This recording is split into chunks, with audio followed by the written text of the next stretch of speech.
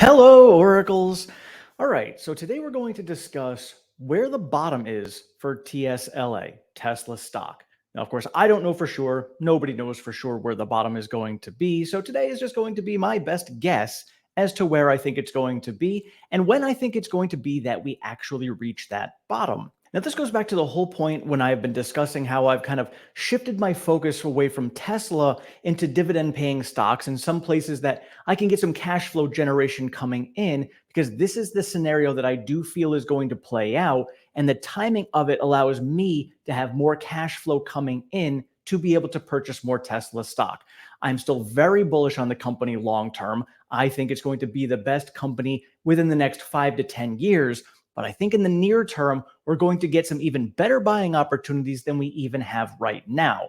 So none of this is financial advice. I'm just putting this out there for entertainment purposes only, strictly going by what I think is going to happen. And I honestly have no idea. So this is my best guess, and I'll share it all with you guys. All right, so here is the all-time chart for Tesla right now. As we all saw, very slow up and down, very slow growth until about 2020. Then we saw the big run up before COVID, the dip down, and then just took off from there. And now we've been on a downward trend for the last basically 2.5 years right now. So, what can this tell us in this chart? Well, along the way, we saw lots of ups and downs, and you could barely see them on the chart right now. So, this is definitely something you're going to be seeing on a long term chart. But look at how much came in as quickly as it did. Now, this was a lot of hype and a lot of discussion about FSD, what the potential revenue is going to be from FSD, energy. Then Optimus came in, what potential could be for the future. So this here is a lot of future potential stock pricing in. What this tells me is that we will see these prices again in the future when all of the numbers that were inflating this price back here actually come to fruition. So again, thinking about all the things that were talked about in this, they will come to fruition. I have faith that they will happen. So we will get back to this price. I think what's going to end up happening, though, is we need to come down to where we are realistically now, and then we are going to end up coming back up over the long term to these prices and even higher. So, where do I think the bottom is going to be? So, looking at the long term chart here, we have this giant bull flag that is forming right here.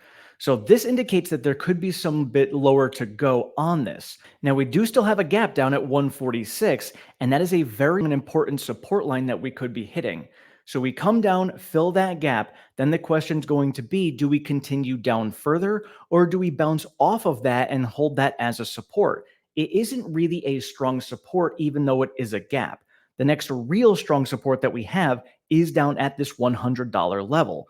That could be the bottom of this bull flag.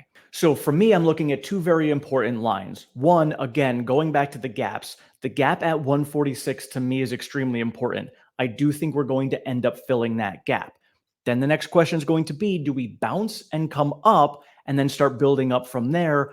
Or do we fall down further and end up getting to that 114 gap and then potentially hitting a double bottom at $100? So those are just the two things that I'm paying attention to going forward. Now, as far as timing for all of this happening, I'm looking at the fact that Tesla right now is going to be putting out Q1 numbers that are not going to be great. They're obviously still growing, but we know that they're facing a lot of challenges. They don't even have any incentive to really push for all of their production because deliveries have been stunted by so many other reasons, being interest rates, other stuff that's going on in the economy. So many things that are holding them back when it comes to actual deliveries.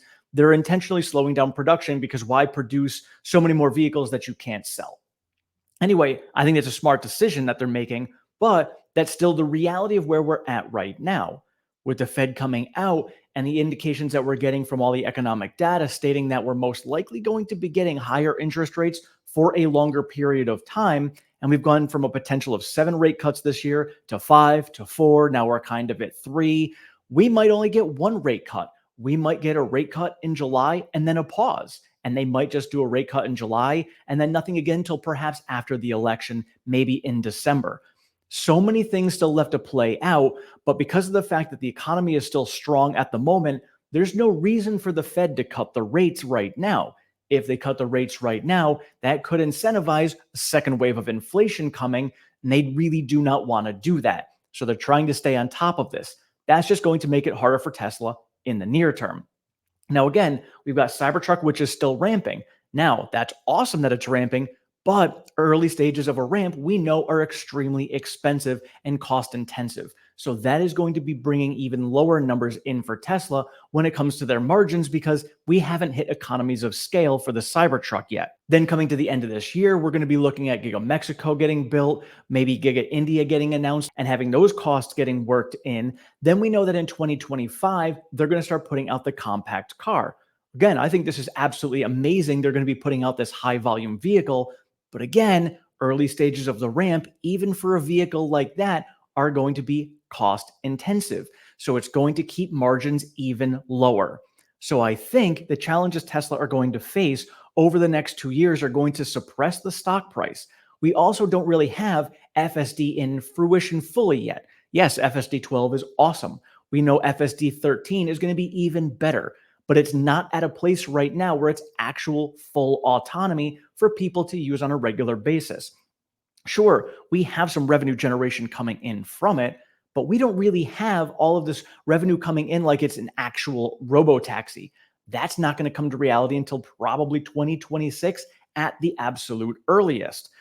So again, all these things still have yet to play out. We just haven't gotten there yet. And we have Tesla Energy. That's doing awesome. That is building and is actually making an impact on the bottom line, but it's still in the very early stages.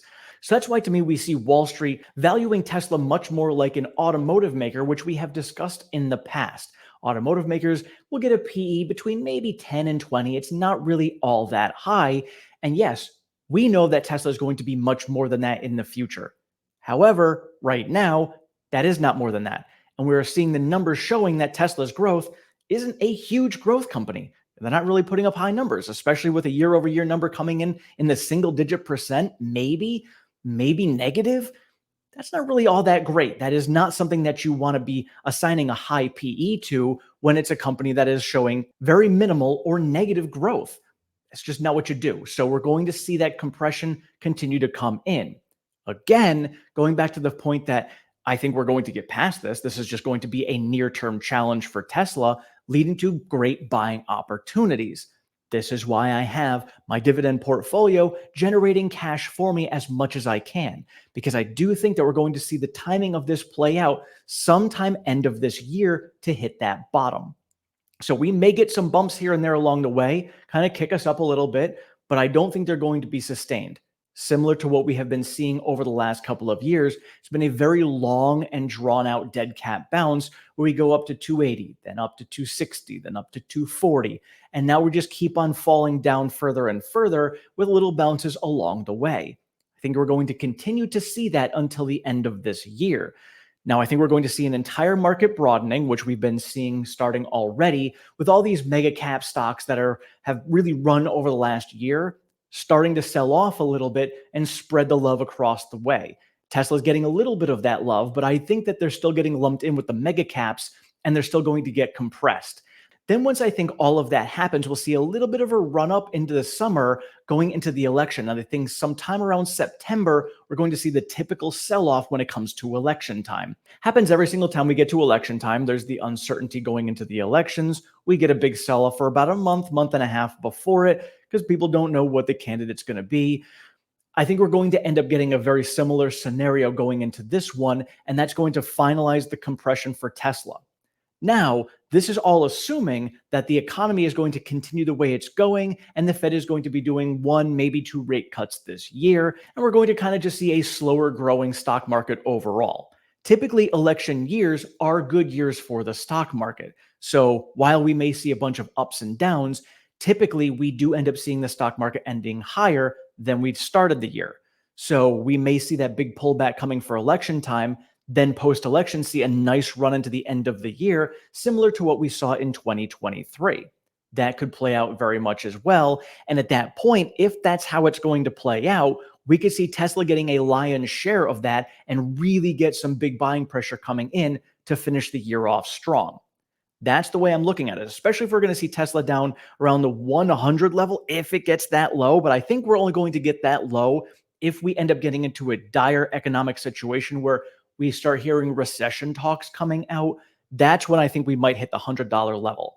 Otherwise, I do think the 146 gap is most likely going to fill if we do not get a recession type scenario playing out. We hit that 146 level, and then we see a lot of buying pressure coming in after that, then pushing the stock up higher into the end of the year. So that's the way I'm looking at it right now. Obviously, things can change. That's why I always say be an agile investor, because you want to be ready for any opportunities. I may also be wrong, and maybe we have hit the bottom at 160 and we're going to go up from here.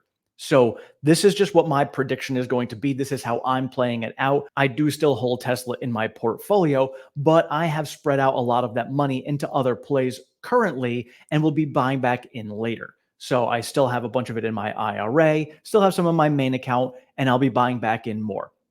That's just the way I'm doing it right now. And again, I do still think that even if we see that run, we're going to get some time to be able to buy back in. And I don't think it's going to be a straight up shot like we have seen in the past.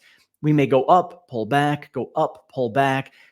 Typical Tesla type style trading. I think we're going to get some opportunities, buy in as the hype comes up, and then as it cools off, buy those dips on the way back up again. That's how I will be doing it myself. So if you guys have any other questions, please let me know in the comments below. Let me know how you feel about this. Let me know where you think the bottom is going to be for Tesla. And I thank you guys so much for watching. I appreciate all of your support. Have a great one.